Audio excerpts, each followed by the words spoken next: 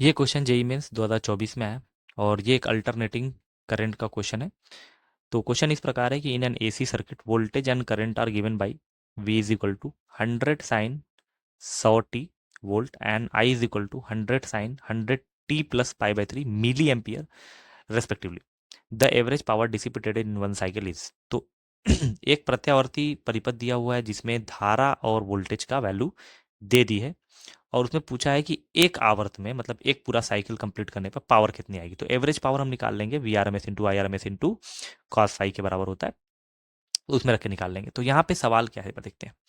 We की value दी है 100 sine 100t और यहाँ पे वोल्ट दिया हुआ है। तो यहाँ से हमको क्या प्राप्त हो जाएगा, ये जो चीज़ है ये पीक वोल्टेज हो जाएगा 100 और एक और चीज़ है ओमेगा, तो ओमेगा की वैल्यू हो जाएगी 100। ठीक है, तो ये दो चीज़ हमको पता चल गई। अब आई की वैल्यू से क्या पता चलेगा, आई बराबर लिखा है 100 sine 100t plus pi by 3। इसमें कई चीज़ें पता चल जाएंगी, जैसे इसमें मिली एम्पियर दिया हुआ है। तो ये जो मेरा करंट है आई नॉट जो कि मैक्स करंट है वो 100 तो दिया हुआ है, लेकिन 100 मिली एम्पियर इसको लेना पड़ेगा। तो 100 मिली होता है 100 इंटू 10⁻³ एम्पियर। और साथ ही साथ यहाँ पे एक एंगल दिया हुआ है जिसको हम लोग कालांतर या फेज डिफरेंस पाई से रिप्रेजेंट करते हैं और जिसकी वैल्यू पाई बाई 3 आ गई। तो क्वेश्चन में पूछा था पावर। अब पावर का फॉर्मूला होता है average power is equal to V R M S into I R M S into cos five. ठीक है, यहाँ पे फाइव जब पता है तो वैल्यू रख देंगे। V R M S into I R M S ये नहीं पता, तो वी आर एम एस और आई आर एम एस को चेंज कर देते हैं जो कि वी नॉट आई नॉट में। तो ये हो जाएगा V not by root two. I R M S होता है I not by root two, ये फॉर्मूला है, और ये हो जाएगा कॉस फाइव। तो इन सबको मल्टीप्लाई कर लेते हैं, तो V not I not root two का मल्टीप्लाई दो बार करेंगे 2 आ जाएगा इंटू कॉस फाइव के बराबर। अब वैल्यू पुट कर देते हैं। वी नॉट हो गया 100, आई नॉट हो गया 100 इंटू 10⁻³ और नीचे हो जाएगा 2। कॉस फाइव हो जाएगा कॉस पाई बाई 3, और कॉस पाई बाई 3 मतलब होता है कॉस 60। कॉस 60 की वैल्यू होती है 1/2 के बराबर। What is cos 60?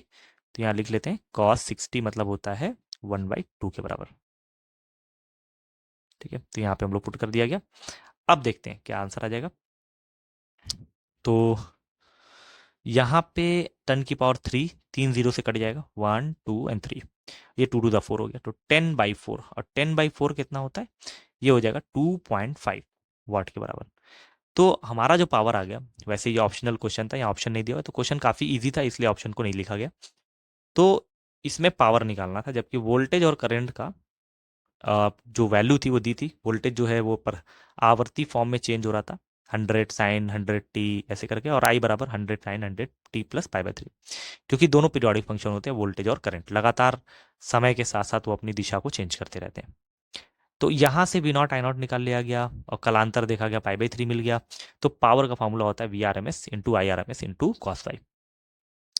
We R M S की वैल्यू होती है V not by root two, और आई आर एम एस की वैल्यू होती है I not by root two. Cos five तो फाइव हो गया जो कि वैल्यू दिया है, नहीं तो कॉस फाइव की वैल्यू हम लोग जानते हैं, अगर वैल्यू ना दिया रहे तो आर बाई जेड से भी निकाल सकते हैं। ठीक है, लेकिन इस कंडीशन में ऐसा कुछ नहीं था, फाइव की वैल्यू डायरेक्ट दे दी थी। तो V not I not by two into cos five, तो वैल्यू रखे 2.5 वोल्ट या वाट हमारा आंसर आ गया। यही हमारा क्या हो जाएगा, फाइनल आंसर हो जाएगा।